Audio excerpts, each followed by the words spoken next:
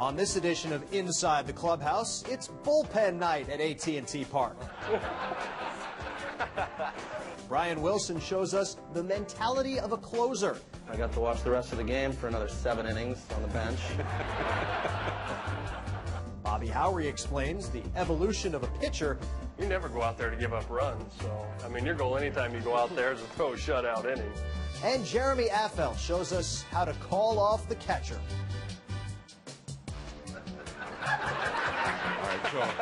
You just stare. Plus, Giants season ticket holders ask the questions you want answered on the cusp of the season. For all you guys, who's the hardest hitter you faced?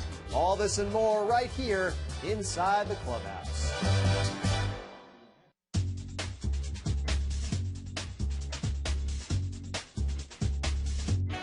Welcome to Inside the Clubhouse. From AT&T Park, here's Scott Reese.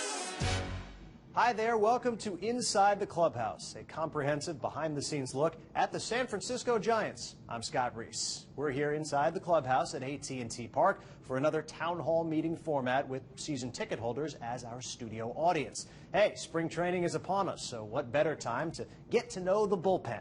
So we send it over to longtime radio voice of the Giants, John Miller, who is with Bob Howry, Jeremy Affeld, and team closer Brian Wilson.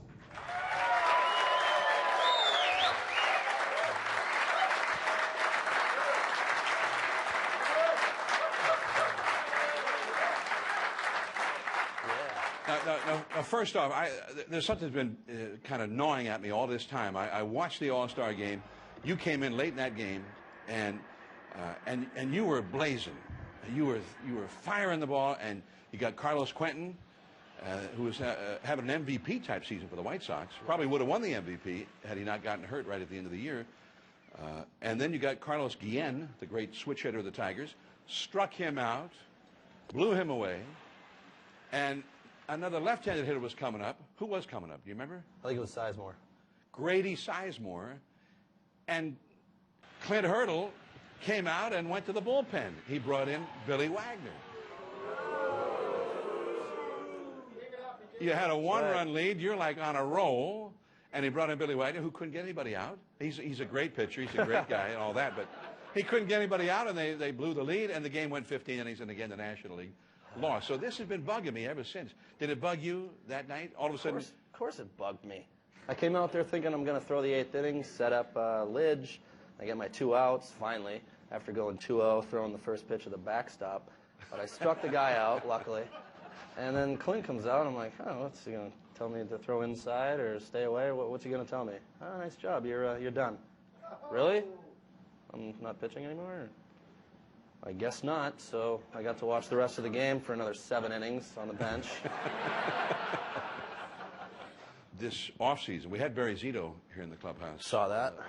So you saw the show. I saw it. All right, so you're living at his place in Southern California. Yep. And you guys are working out together. We are. You're eating the right stuff for all your meals and whatnot. Yes. So that's still going. That's still going on. All right. We got another 2 weeks of this program. And are you both buff now? Are you in unbelievable shape or what? Zito's in pretty good shape right now. I'm not going to lie. Yeah. All right. So you're excited about that. I'm excited. Yeah. I'm excited to see what kind of season we have underway. You know, working out in the garage together. I'm pretty excited for his season. I know that. Now, he did mention, because he's been around the big leagues a little bit longer than you. His salary's a little bit bigger than yours. It's just a slight difference. Maybe 40 times bigger, but probably.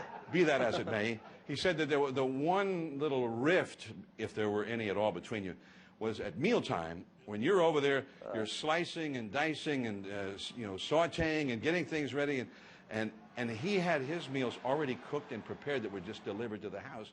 I'm so glad you brought that up. He would get his meals delivered every night, and it'd be 5 meals, and I would have to go to the grocery store and get all my ingredients. And while he is heating his in the oven for about 5 minutes, I'm just getting prepared. I don't even have time to drink water. And then the next thing, I have to eat rice, and I forgot to cook the rice.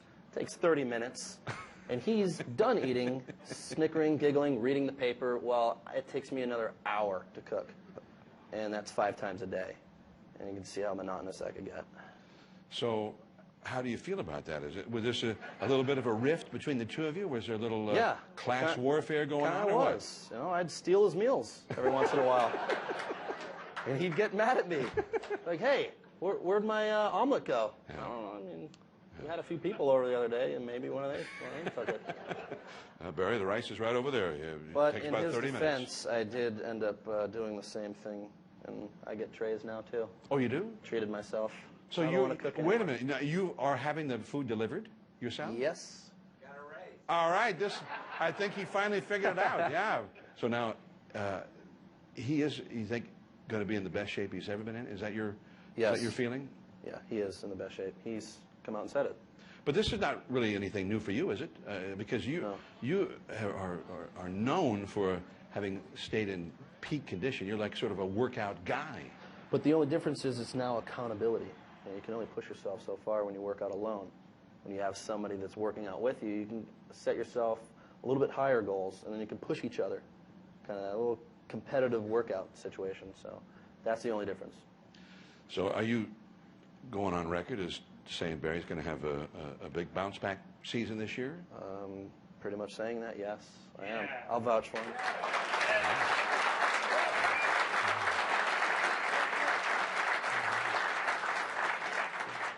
Opening day, April the 7th, right here at AT&T Park. Yeah. And all goes well. Brian Wilson on in the 9th inning. Save one. Okay, all right. We've marked it down, April the 7th. Bobby Howry next on Inside the Clubhouse. I mean, I guess I did at that time. I didn't realize how baseball worked and what a business it was.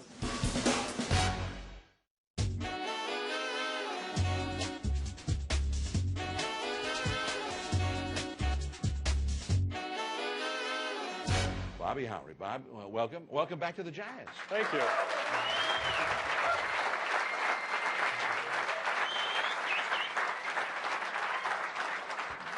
So you signed with the Giants, and before you ever got to the big ballpark, at that time Candlestick, you get traded to the White Sox. Was that a downer? Were you crushed when that happened? A little surprised.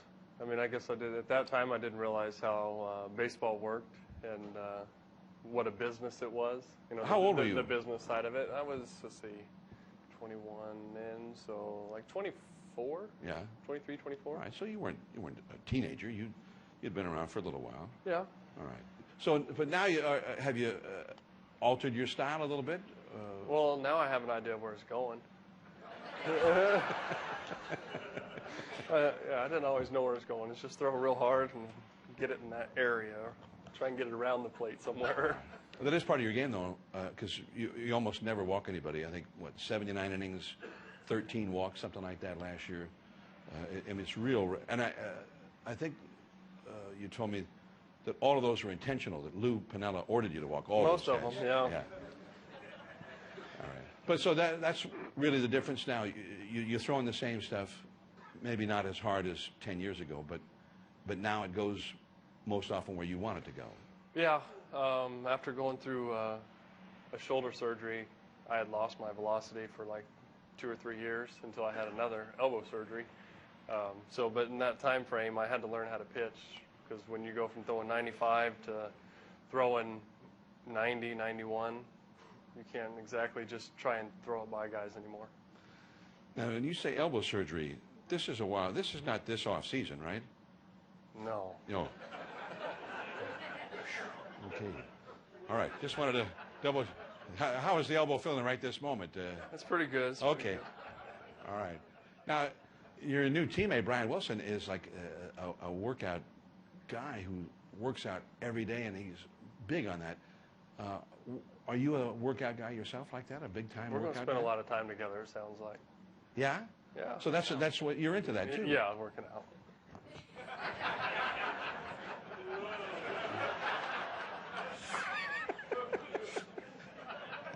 Kind of worries me with that hairdo. Was that...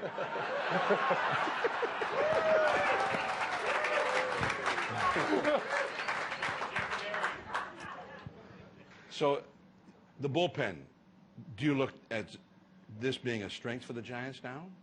you and Affeld and Wilson at the end. Is this the are the Giants' days of having some problem late in games? Is that over? Well, that's what's supposed to happen now. I mean, I've only watched Jeremy pitch for about the last season since he was with the Reds, so I was able to watch him. I've only seen Brian throw it once or twice ever. But, if we pitch the way we're capable, it should very well be a strength. I don't know. My mentality is whether it's in the 7th, 8th, 9th inning, I mean, a lead's a lead. You're going out there.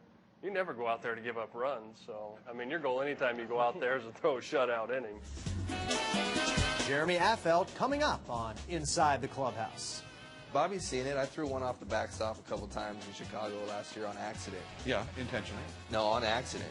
Like, I literally missed by that much with my heater. Wow. Yeah, makes the curveball way more effective.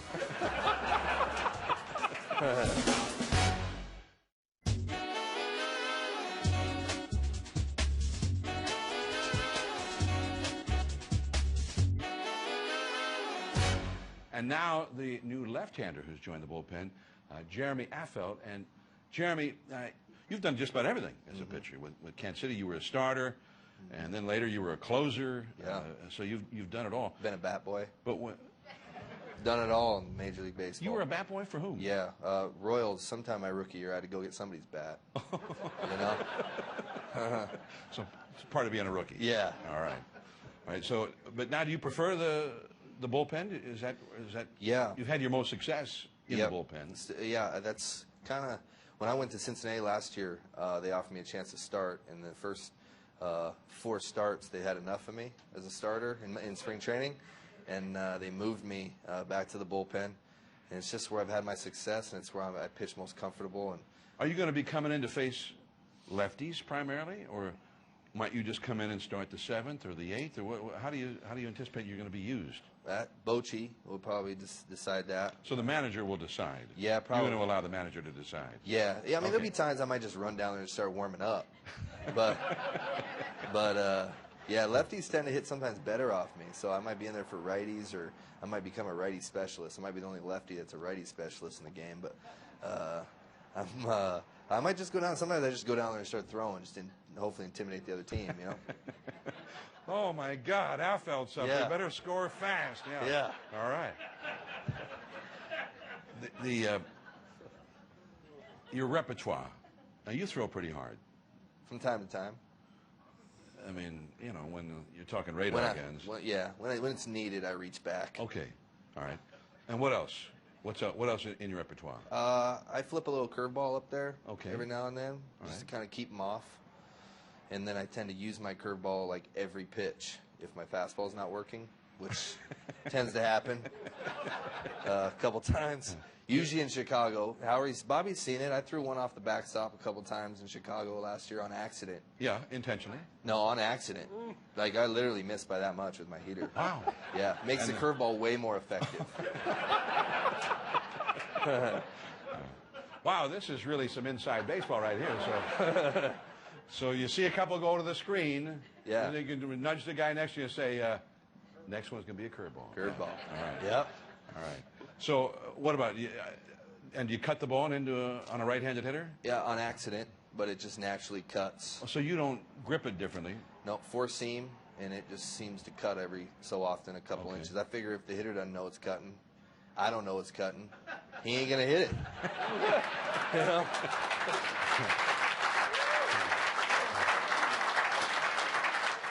So if the catcher signals for the cutter, you're like, well, Yeah. I hope so, hopefully. And then it'll probably sink. You know? Change up? Yeah, I'll throw one of those just to kind of throw the hitter off. That's usually the 50-footer that you'll probably see. You know, if it's 50 feet, it's like, that was a change-up. Right? Yeah. So this is, we have Howry and Wilson also here, but I'm enjoying this with you. Maybe just you and me, we'll just do the... Yeah? Now you're probably not going to come in till later in the game. You can probably sit in the booth with us for the first 4 or 5 innings. Yeah, in uniform. Can you give me a, that's right, John? Yeah, that's right, John. Yeah, hired. Jeremy Affeld, Giants reliever and new broadcaster.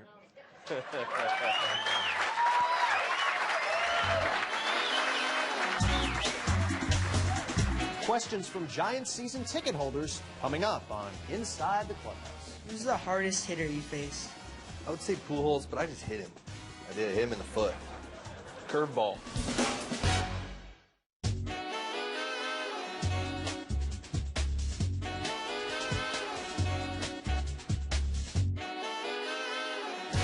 When you shake off a pitch, why do you do that? What are you looking at, or what are you seeing that the catcher isn't? Have any of you guys ever shaken off a catcher? Wait a minute. Wait a minute. So do I. I got one pitch. I'm not shaking.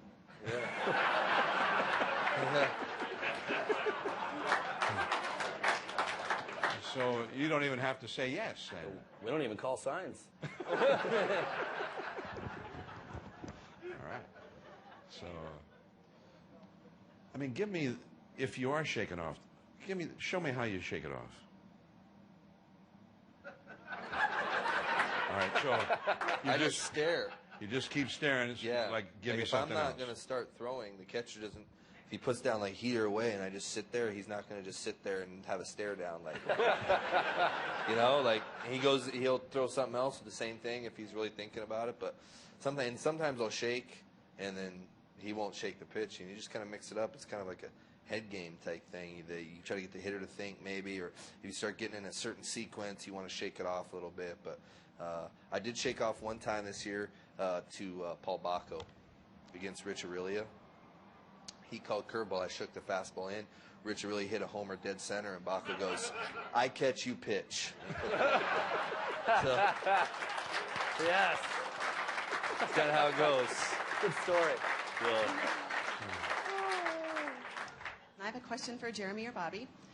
What are you doing at the start of this season to help build relationships with the starters so you can assure a smooth transition into the later innings? Well, The starters, you don't have to have a relationship with the no, starters. well, usually we'll go out to eat with them, and we make them pay because they make more money. We do not go Dutch with them, okay? So we make them pay, make fun of them for a while, and then just, you know, if we pick them up, you know, every so often, we'll like, Zito, I'll make him buy me a watch or something. I hook him up.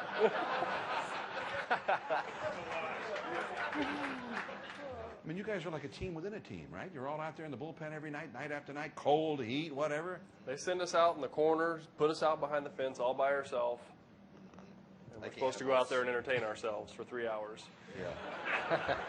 Yeah. Brian, you like it out there? Yeah, I do. I like it. It's fun. Now, sometimes, like Trevor Hoffman, he'd be in the clubhouse, and about the 7th inning, he'd go out to the bullpen. Or Mariano Rivera with the Yankees. When do you go out? Do you have a time when you go out? Go out there for the first inning. So you're out there the whole time? Yeah, I'm out there the whole time. All right. What am I going to do with myself in the clubhouse? Make me look bad. Oh, you come out later, don't you? Veteran. Yeah. You're going to make me look bad. Veteran. I go out for the first inning, too. Yeah. So, We like baseball. The game's on TV. And our team. So you want to see the whole game and be out on the field Well, I want with to your play team. games with my bullpen mates. All right. So, Bob, when do you like to be out there? Usually about the 4th inning.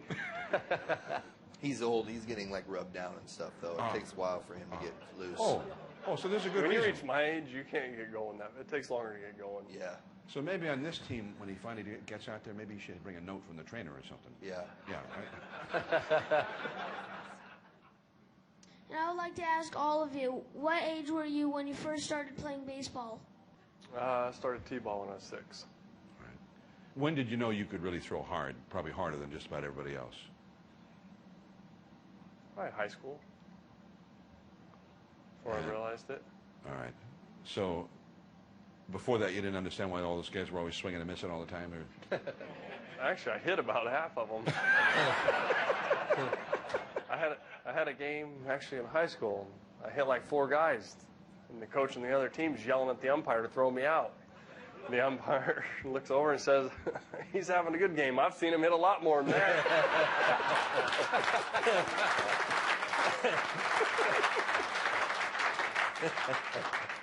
All right, we have another question for Jeremy Affeld, Bob Howry, Brian Wilson. For all you guys, who's the hardest hitter you faced? I would say Pujols, but I just hit him. I did hit him in the foot. Curveball. You hit the great Albert Pujols? Oh, with a curveball? Yeah. And where'd the fastball go? Back at the backstop. No, I didn't have to face him, but you know, Garrett Anderson, he's 12 for 10 off me, man. But you mean he's a left-handed hitter, and you're a left-handed pitcher, and you couldn't get him out? He got more hits than he had at bats against you? Yeah, he hit a ball so hard one time they gave him 2 hits for it. He's unbelievable. I made up a pitch one time. I literally made up a pitch. Like, I'm going to throw this, and I just gripped it and cut it. Whack! Single right down the line. Like, man. What was the pitch? I had no idea. It was a slurve, fastball cutter, change-ish. So nothing else had worked? All right. Nothing. Yeah, and we don't even know where he hasn't even signed. Hopefully he signs in Japan. Giants bullpen, 2009.